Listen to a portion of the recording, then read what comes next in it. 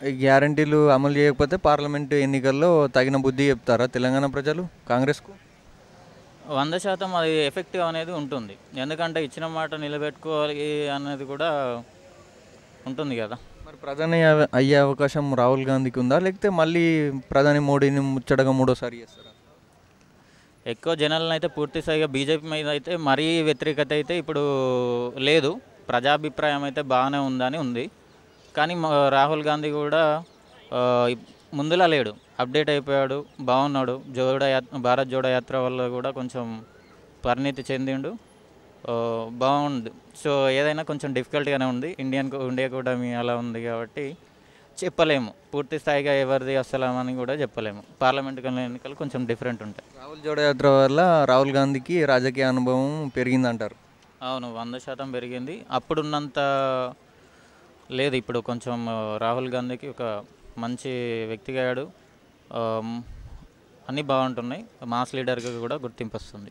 అదే కాంగ్రెస్ ఇందిరాగాంధీ కానీ రాజీవ్ గాంధీ కానీ దేశం గురించి ప్రాణ త్యాగాలు చేశారు. అలాగే పదవి త్యాగాలు రాహుల్ గాంధీ 2004 2009లో ఆయన ప్రధాని కాకుండా మన్మోహన్ సింగ్ని చేశారు.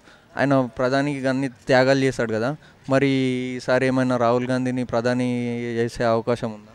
100% ఇప్పుడున్న సిచ్యువేషన్ చూస్తే రాహుల్ గాంధీ ప్రధాని. ఒకవేళ కాంగ్రెస్ గెలిస్తే మాత్రం ప్రధానమంత్రి రాహుల్ గాంధీ ఉంటాడు. 100% ఉంటాడు. ఎందుకంటే అప్పుడు కన్నా ఇప్పుడు ఎక్కువ తిరుగుతున్నాడు. పూర్తిగా వాళ్ళ చేతిలోనే ఉంది.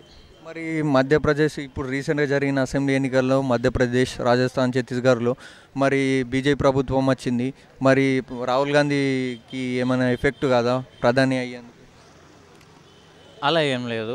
అక్కడ ఏంటంటే అసెంబ్లీ ఎన్నికలు వేరే ఉంటాయి, ఇది వేరే ఉంటాయి. కానీ నార్త్లో మాత్రం పూర్తిగా బీజేపీ మయం ఉంది.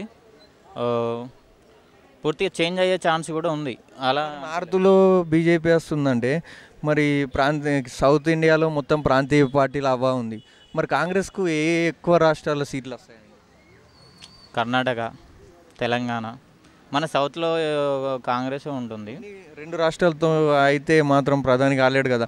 ఉత్తరప్రదేశ్ లాంటి రాష్ట్రమే డిసైడ్ చేస్తారు కదా. ఉత్తరప్రదేశ్ రాష్ట్రము ఎవరికి, కాంగ్రెస్కా, లేకపోతే బీజేపీకా, లేకపోతే బీఎస్పీకా, లేకపోతే అఖిలేష్ యాదవ్ బీఎస్పీకి వస్తుందా?